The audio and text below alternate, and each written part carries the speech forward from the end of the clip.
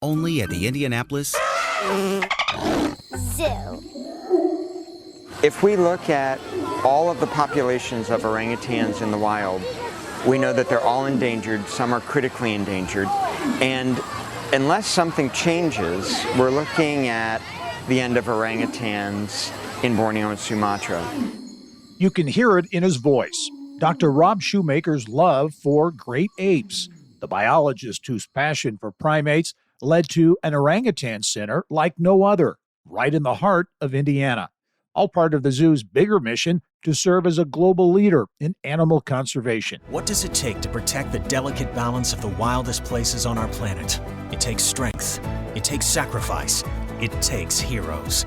The Indianapolis Prize honors these heroes and their extraordinary contributions to conservation. One of the world's most prestigious conservation awards, a prize worth $250,000. One of the many projects Rob Shumaker shepherds as the leader of the Indianapolis Zoo. He's my guest this week on the Business and Beyond podcast.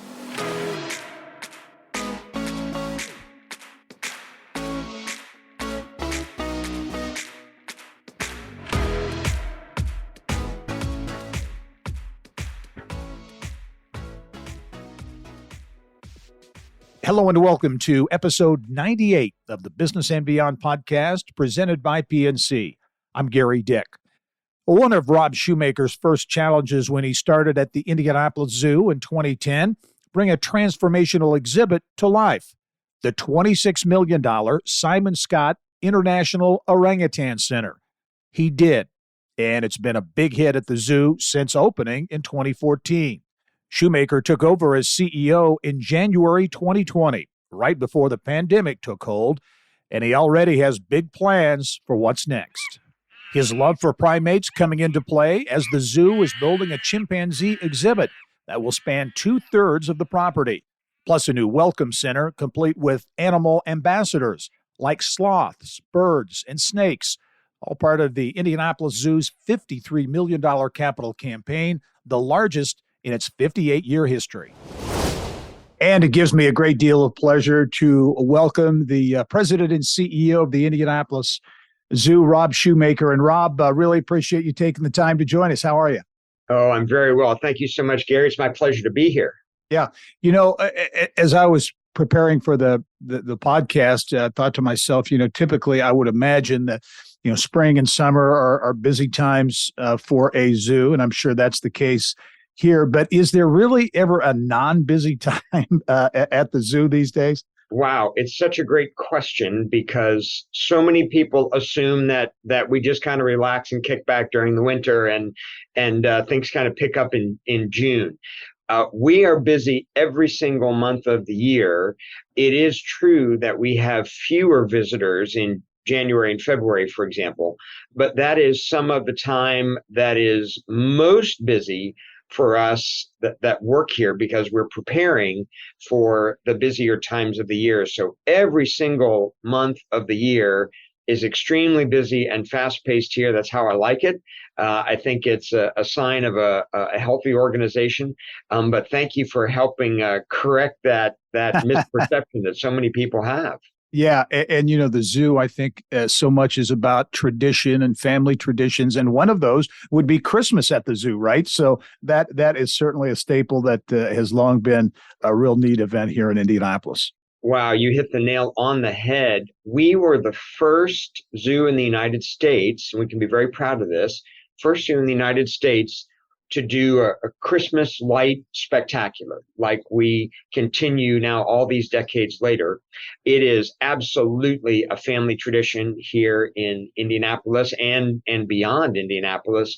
And we see that. It is a huge number of members that come for Christmas at the zoo every single year. And December is one of our biggest months for visitation, just like October, with all the kids that come for Halloween events associated with the zoo. So just like June and July are huge months for us in terms of visitation, the same is true for October and December. So our year is really spread right across all of the seasons. Yeah, that's amazing. I did not know Indy was the first zoo to do a Christmas display. That is really something. Are things getting back to normal post-pandemic? Obviously, the pandemic took its toll on everyone and every kind of organization. How about at the zoo? Well, when we came out of 2020, and of course we were impacted like everyone else, we were closed for a full 12 weeks. We came roaring back in 2021. And I said routinely to folks, I don't think there's ever going to be another 2020, and I think there's never going to be another 2021. And I was wrong. 2022 has been just as strong a year for us as 2021. And wow. We're finding that with a number of our colleagues around the country, our zoo and aquarium colleagues. I think what has happened, and I think there's been a genuine change, and I think it's measurable. Post-pandemic, people have started to focus on the things that are most important to them and their families, and the things that make them feel the best, and the things they value the most. And zoos and aquariums are one of those. So as a profession, I think we can be very, very proud of that we are stronger in Indianapolis, certainly. We are stronger coming out of the pandemic than going into it. I can say that I'm very pleased we are fully financially recovered from the impact of 2020. But I'm so gratified and so heartened by the tremendous enthusiasm that our community has for us. And again, it's going to be another huge year for us in terms of attendance and revenue and enthusiasm from the community. That is really interesting to me, and especially when I think about doing a little research for our conversation, and I looked at the performance, the financial performance of the zoo over the past 2 decades, and some amazing numbers. Since 2002, revenue's up 240%, huge increase in the endowment. And I think you just touched on it there, but why is that happening? I mean, those are incredible numbers. Then to not only survive but thrive post-pandemic, I think that's pretty amazing. Well, thank you for that, and of course I agree with you. I can say that I think there's multiple reasons, but let me give a couple. One, my predecessor, Mike Crowther, was, of course, very focused on the financial health and stability of the zoo. And during his tenure, he did a tremendous job moving us in that direction, growing the endowment, increasing visitation, elevating the zoo in a whole variety of ways on site, but also tremendous initiatives like the Indianapolis Prize. I became president and CEO January 1st of 2020. And I share that same desire to make sure the zoo is extraordinarily thoughtful in how we manage our finances, that we are financially sound and financially healthy. And it's been a very deliberate effort to grow our endowment, make sure our operating reserves are very, very healthy, and focus on our financial strength. And I'm sure that this is familiar to you, but a lot of people are not aware, of course. We are the largest accredited zoo in the United States that does not receive tax support or municipal support. Many, many, many zoos receive funding from the city, the county, the state, and so on. We are the largest that does not. So we have to be thoughtful about that. We have to be entrepreneurial, and we have to be very, very business minded. So that trajectory you mentioned is quite accurate. And I'm glad that you did bring it up.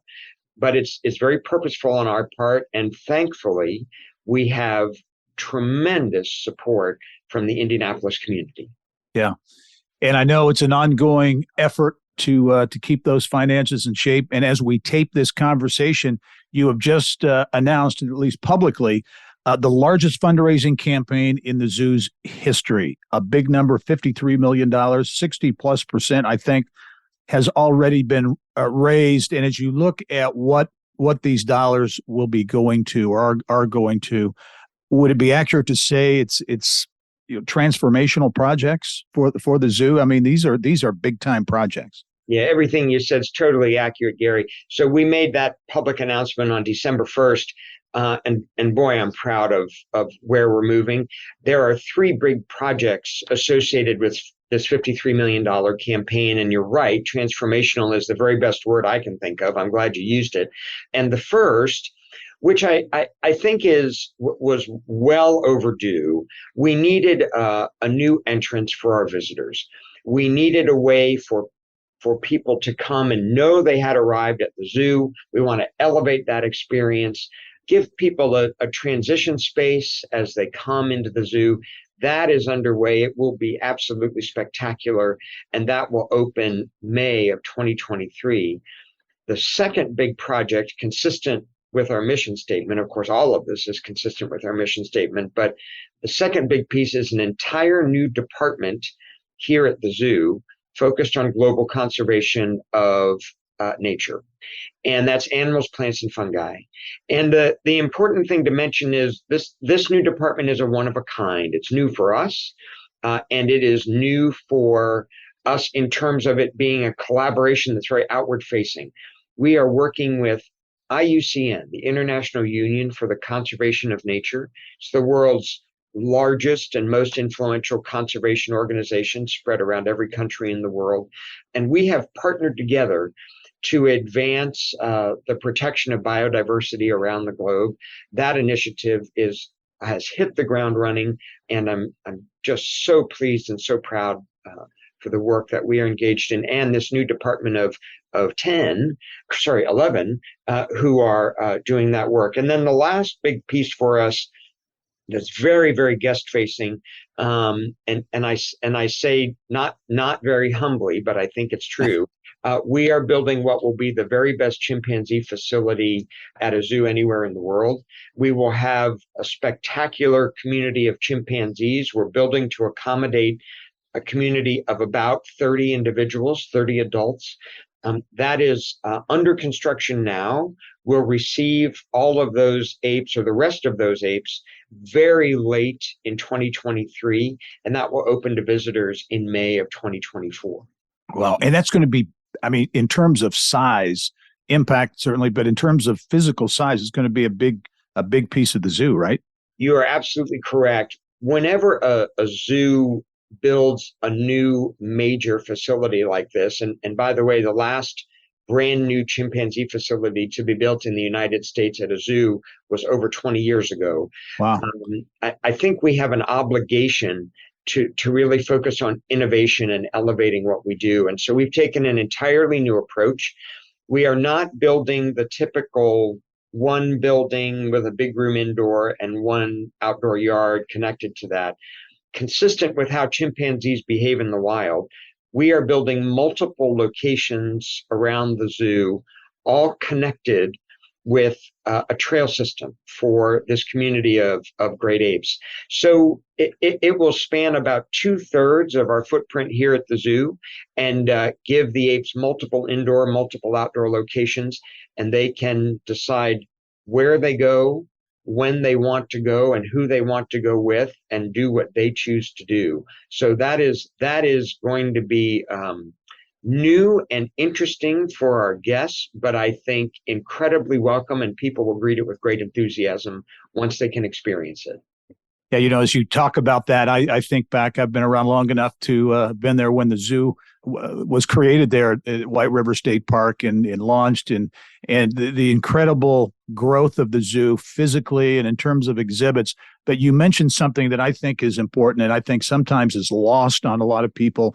And you mentioned animal conservation and how the Indianapolis Zoo has become this, and you tell me, to me, a global leader when it comes to animal conservation. The Indianapolis Prize that you mentioned, a perfect example, $250,000 to a person who achieves victories in animal conservation. How does a zoo in the Midwest, in a, I'll call a mid-sized market, I don't know, but not, one of the quote unquote high profile places, become such a leader, such an innovator, and such a driver when it comes to conservation? Well, I have to, first of all, thank you for your kind thoughts. And I would say, I do agree with you. We are, I don't think it's an opinion. I think we can demonstrate the fact that we have local, regional, national, and international reach when it comes to our conservation efforts. And, we really do that in several ways. I just mentioned this whole new department as part of our capital campaign, the Global Center for Species Survival. That is the next evolution in terms of what we're doing. But specifically, the Indianapolis Prize is a great example of how we fund people who are doing good quality work around the globe. We are approaching 20 years of the Indianapolis Prize. However, each cycle lasts 2 years. So it is approaching the 10th cycle now. And you say it very correctly. We aren't funding an organization. We aren't recognizing anything but a single individual who is making an extraordinary contribution to animal conservation. And again, that was very intentional because we do a great job celebrating sports heroes and entertainment heroes and you name it. But we don't do enough for conservation heroes. And we need to elevate those folks. And that's exactly what the Indianapolis Prize does. We elevate them, we give them a platform. Every single one of them says that they have benefited tremendously by having that megaphone of winning the Indianapolis Prize. I would add that there's a very important component to that is new this cycle. It'll be in September of 23. We've added an additional award now, and that's a prize for the emerging conservationist. So we are identifying and recognizing people who have made tremendous progress in their careers, but we want to capture people who are early in their careers and make sure they stay in the field and continue doing that kind of extraordinary work. So the inaugural Emerging Conservationist Award will be this September, and soon, over the next few months, we'll be announcing the winner of both of those awards, both the Emerging Conservationist and the Indianapolis Prize. But it is really all consistent with our mission.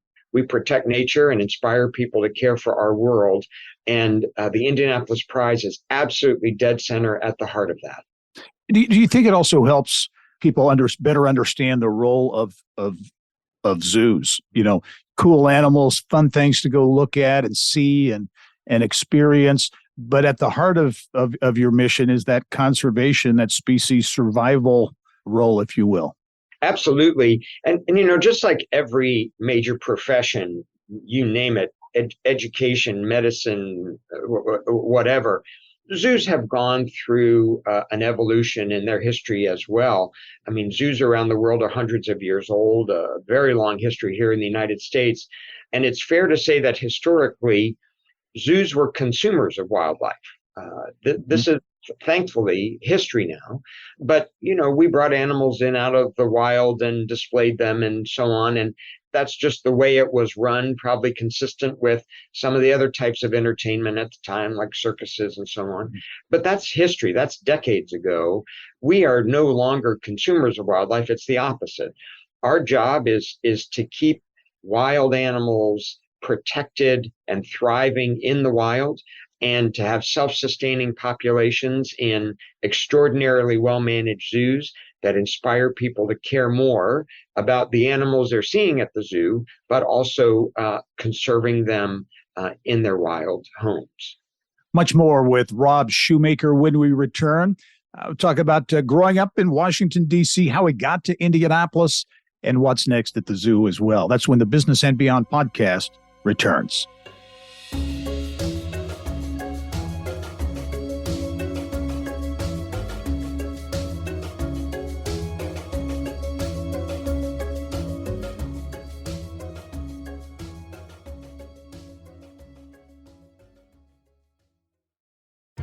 At PNC Bank, we're committed to making a difference in the lives of our customers and communities by helping them move forward financially. As a Main Street bank, we try to do right by our customers with every encounter. Our local teams offer personalized financial advice to help guide you in making the best decision. We're proud to be part of your community. PNC Bank. See how we can make a difference for you at pnc.com. Copyright 2022, the PNC Financial Services Group, Inc., all rights reserved.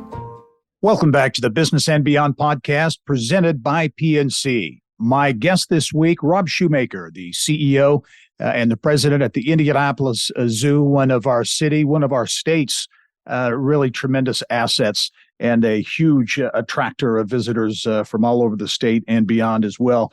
Rob, you've been in Indiana now for dozen years or so? Starting my 14th year in just a couple months. Okay. Home, at least initially, Washington, D.C., right? You grew up there. Is that where you spent most of your childhood? I did all of my childhood. I was born right in Washington, D.C. and lived, let's see if I think through it. Yes, still lived most of my life there and started my career at the Smithsonian. Worked the National Zoo is part of the Smithsonian Museum system. And it was a wonderful, wonderful experience. I was there for 20 years and simultaneously doing my undergraduate, my master's, my PhD at George Mason University in Fairfax, Virginia. Yeah. So DC was, of course, a phenomenal city and a wonderful place to grow up and had all kinds of opportunities and benefits. And I had the opportunity and was recruited to make a move to Des Moines, Iowa.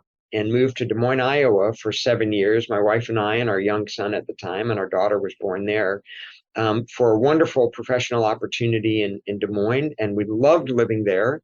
And then the opportunity to come to Indianapolis came up. I'd been doing some consulting for the zoo while I was in Des Moines, and I was recruited to come here and very happily did that. And I like to say that, at least from my perspective, Indianapolis is the perfect blend for me and my family because it has a national and international perspective, just like we had in DC, but literally a hometown feel like Des Moines. Mm-hmm.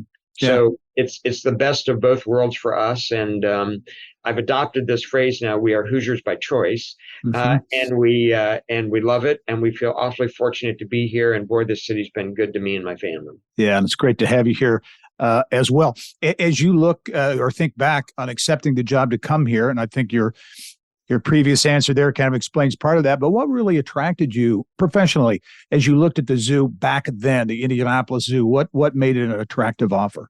You know, that's I can give you a very, very clear answer to that because the person that recruited me at the time was my colleague, Paul Grayson, who has since retired, who made a phenomenal contribution to the zoo here. And he said one thing to me that struck me right to the core because it was so central to my own beliefs. And that is that the Indianapolis Zoo is not trying to be everything to everybody. We want to focus on a smaller number of things and do them extraordinarily well. And that's exactly how I think zoos should operate. I think that's the future for zoos, frankly, is to do less and do it better. And that was the mantra that I came here with, and it already existed, and I was able to fully embrace that while I was here. Of course, the other thing is the potential was extraordinary. The zoo was in growth mode, and I was very, very excited for that. So it was an irresistible combination for me. Yeah. You've made, prior to taking the top spot there, you certainly made your mark at the Indianapolis Zoo in a number of areas, in particular the orangutan center there that has been such an amazing addition. That's your passion, right? Apes has really been your focus area? It is. As I mentioned, I've kind of blended my professional experience and academic experience. And on the academic side, I focused largely on primates and specifically great apes, certainly at an important pivotal time in my career. So I would say that my focus and my dedication is to every animal at the zoo, of course. But in terms of my personal experience, I have more personal experience with great apes than any of the other species that we have here at the zoo. That's true. Yeah, in putting together an investment, obviously, but something like the orangutan in what will be the chimpanzee investment as well. That's got to be a huge undertaking, financially, but also from a business, standpoint, thinking through how that takes shapes, what the demand will be. You want to make sure it's something that people, there's demand for it, people want to go there. the orangutan exhibit, and it got a lot of great, certainly publicity and those types of things when it opened. What goes into putting together a successful venture like that? Boy, it's a great question. And I would say that I've been very fortunate in my career to be involved in several projects that required a real leap of faith. And so the first thing that I would say is you have to have an appetite for innovation, and you have to be willing to take some risks. Our orangutan center here is unlike any other that exists in the United States, and I'm very proud of that. And that was very intentional, and I think that's part of what makes it great. And if you have that desire for growth, meaning philosophically, you want to do something better than has been done before, then you go out and find a way to do it, and you're willing to take that risk. Now, prior to coming to Indianapolis, I was lucky to work at institutions where the leaders of those institutions were willing to take some risk. That is the same here. We were willing to take some risk with the Orangutan Center, and ultimately, when that opened in 2014, ultimately that put our zoo on a new plateau, and that has been sustained. We did not slide backwards to our previous levels of attendance and revenue and so on, which is commonly what you expect at a lot of institutions. When you open a new exhibit, you get a little peak and then you slide backwards. That didn't happen for us. That moved us to an entirely new level. I anticipate that same thing is going to happen when we open our chimpanzee facility. And I will add one thing to that, and this shows I'm not objective. Let me put it this way. When we talk about great apes, orangutans, chimpanzees, the others are gorillas and bonobos, they have an appeal and a magnetism that is undeniable for people. And for some people, it's very magnetic, it's encouraging, they can't help themselves, they're enthralled. For other people, it's a little bit destabilizing. They're not used to looking at something that's a non-human that looks back at them with confidence and intensity. And certainly great apes do that. So whether people approach great apes with fascination and interest and desire, or a little bit of uncomfortableness, it's still all fascinating. And I've never met anyone who is not fascinated by great apes.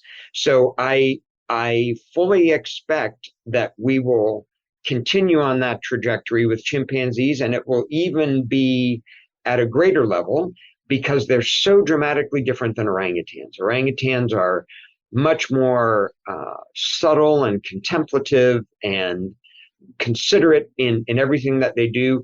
Chimpanzees are a lot more like fireworks. They're just exciting and explosive and dynamic and hard to miss. And it's going to really add something unbelievable to our zoo and our city. Yeah. You mentioned risk, the need for risk taking. And as I think back, and you mentioned earlier your predecessor, Michael Crowther, who I have a tremendous amount of respect for, and he did such a great job with the zoo. What role did Michael play in your development? And as I understand it, there was kind of a turning point. You didn't necessarily aspire to be a CEO, but you had a conversation with Michael, and he was interested in thinking that you might be the next guy for the zoo. To talk about that. Well, everything you said is true. I didn't come here with that aspiration. I wasn't opposed to it either. It just never occurred to me. I had a conversation with a good colleague in town recently, a good friend and a good colleague, and he was asking me about that. And I said, at least for me, I've always been intensely focused on whatever job I have, and I'm trying to be excellent in that role and that job. And I haven't ever done a good job of looking up and looking forward. I'm very focused on what I'm doing, but I've had a lot of great opportunities and a lot of good fortune where somebody will come tap me on the shoulder and say, "Hey, we're thinking about X. Are you interested?" That's what happened with Mike. So he asked me if I was interested in aspiring to that role. And again, it was not a promise, but it was, would you be interested? And I said, well, I hadn't thought about it, but yes. And that was a number of years ago. And so that put us on a trajectory, and it involved a considerable amount of development for me because I'd been very focused on the academic side and very focused on the animal side. And not so focused, very honestly, not so focused on the business side. That wasn't part of the jobs I'd had in the past. So I spent a number of years immersing myself in the areas where I was not as strong as I needed to be. Was very fortunate to take an executive leadership development course through our accrediting organization, AZA. That was a full year, an extraordinary opportunity. And of course, I had the guidance and mentorship of Mike, my predecessor, various board members here. I don't think they would mind me saying one of the best was Jeff Harrison. What a tremendous man and tremendous friend and board chair for us. I can never thank him enough for everything he's done for me. I can never thank Mike enough for everything he's done for me. And our current board chair, Devin Anderson, same thing. I can never thank those generous men for everything they've done to help me as I've moved along here.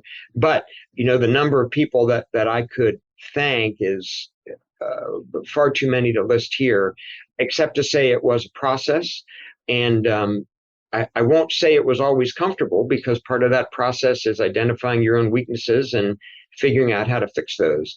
And that continues. I've got plenty of things I need to always work on and do better at. But I feel very, very fortunate to be in the role I'm in, and extraordinarily proud of this organization and the people that work here. It's a wonderful, wonderful place to work. I feel happy to be here every day and excited to get up and come to work every day. And I'm just immensely appreciative to the support we have from the city and beyond. Yeah, you mentioned Jeff Harrison and Devin Anderson and others on your board, and it made me think. And I don't know if you can or want to answer, but the public-private partnership that exists in Indianapolis and has for a number of decades. Is there something special here in Indianapolis when you look at the business community, political leadership, both sides of the aisle? There's some conflict that occurs in political circles, to be sure, but over and over in Indianapolis, when something needs to get done, there seems to be that coming together and folks stepping up and do it. Do you think it's unique here to other places? Having lived most of my life in DC, I can tell you it's very different than DC. Right. Yeah, that's for sure. I think it is a unique quality, and I love it here. We've been so supported, for example, with Mayor Hogsett and Governor Holcomb. Obviously, both sides of the aisle there, but both of them see the value and help us tremendously. Both incredibly supportive of what we do here. And, I think of all of the folks in the business community who are so generous with us, both in terms of their support and their advice. And, I heard something recently about nonprofits, which of course we are. And the idea is you want people who are going to, especially board members, but you want people who are going to create great policy for your organization, give money, get money, and advocate for you. Yeah. Those are the people who are the people you mentioned are doing all of that for us. And there's just an enormous list. I can tell you mentioned our capital campaign. I think of folks like Myrta Polium, incredibly generous to us. What an advocate, what a resource, what a pleasure to interact with her. Gosh, Debbie Simon's been an incredible supporter of the zoo. Elaine Beadle, someone I know very well. Boy, Eric and Elaine Beadle have been incredible to us. And then a whole new generation of folks that are incredible. Stan and Allison Chen is another great example. And the list goes on and on and on. And then we get folks like the Indianapolis Colts and Jim Irsay, who just stepped up and decided, boy, I want to support what the zoo's doing. You guys are doing great things. I think it's exactly what you talked about. We've got these tremendous business leaders. We've got these incredible civic leaders, and then folks like the Indianapolis Colts stepping up. We just couldn't be more thankful and more fortunate to have this kind of environment. Yeah. Want to look to the future a bit. Elanco, animal health, second largest animal health company in the world, putting their global campus there at the old GM stamping plant, right in your neck of the woods, right across the street, kind of. How is that going to change? Because I think it will have tremendous impact, obviously for Elanco, but I think for the city, extending Indianapolis downtown across the White River, serving as a magnet for talent for Elanco, and I think for other companies. How is the shape and vibe, if you will, of White River State Park as it exists today going to change? Well, you mentioned Elanco and their construction, and I will go off on a little side note here for a second. About a week ago, I was at the very top of the new climbing structure we're building for this new chimpanzee facility.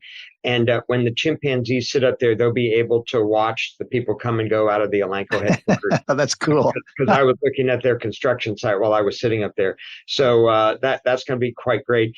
I'll tell you, gosh, the entire time I've been here at the zoo, that 100 or so acres just to the south of us was just empty. Mm-hmm. And what an unbelievable opportunity for the city. We've all heard it so many times. None of us can think of a major city that has 100 acres in the downtown that's blank. Yep. So the fact that is being redeveloped with Elanco as such an incredible anchor organization there. We've met several times and talked, and they're just such great neighbors and colleagues. We look forward to having them there full time as their construction proceeds, of course. What we're going to find now, clearly by intention and design, and I welcome it, we will expand the perimeter of the city. The city now will continue to move out and those boundaries will be explored. It's all walkable. Mm-hmm. We're a 5 to 10 minute walk to the center of downtown from the edge of the zoo and from the edge of that area where Elanco is developing. We will have tremendous connections in every direction for pedestrians, for cars, for bikes, for scooters, you name it.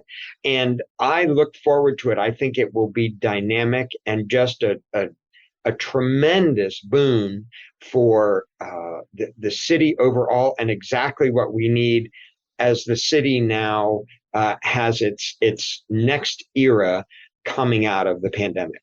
Yeah. Hey, well, as you look 10, 15 years into the future, describe your vision of what the Indianapolis Zoo, given all the things we've talked about, the additions that are already underway, the developments there in the neighborhood, so to speak. What do you envision the experience being like for folks who visit the zoo 10 to 15 years from now? 10 to 15 years from now, my assumption is that most people are not going to, a practical thing. I think most people are not going to be driving to the zoo themselves and parking a car. I think we'll see all different forms of transportation as people get here, which is helpful to us because, as you know, we're landlocked. Yep. So the only way we can continue to grow is growing into our fairly large parking lot. And we look forward to that. We look forward to adding more opportunities and more exhibits. I think what we'll see, and I'll answer this in two ways. I think what we'll see for the zoo 10 years, 15 years down the road, we will get more and more specialized in certain species. African elephants are a great example. We are tremendously committed to African elephants, and that commitment will never change. It will only grow. And so I think that's what we can expect, more and more growth in those areas where we have a really significant commitment, better and better guest experience, and more year-round appeal for people to be at the zoo. Now, that's the on-site here. For the zoo itself, the thing that's absolutely clear is we will continue to grow in our role in terms of promoting international conservation and doing international conservation. There's never been a time when the natural world is under as much threat as it's under now. And we're working very, very hard to adjust that and correct that. And we need lots and lots of people to care more than they care today. And so our role as an advocate and also as a doer to get that work done is only going to grow and get magnified over time. Well, Rob, it's been a real treat to have you on the podcast. Can't thank you enough for taking the time to join me, and thank you too for your leadership. We're so fortunate to have leaders like you leading a great institution like the Indianapolis Zoo. So thanks. I hope to see you soon. That's just tremendously thoughtful and generous. I appreciate that very much coming from you. Thank you so much. You bet. Rob Shumaker, the president and CEO of the Indianapolis Zoo, my guest this week on the Business and Beyond podcast presented by PNC. It is a weekly conversation with achievers in business, sports, entertainment, and beyond. And you can download all of our episodes and get Indiana business news 24/7. All you have to do is go to InsideIndianaBusiness.com. I'm Gary Dick. Thanks for joining us. We'll see you next time.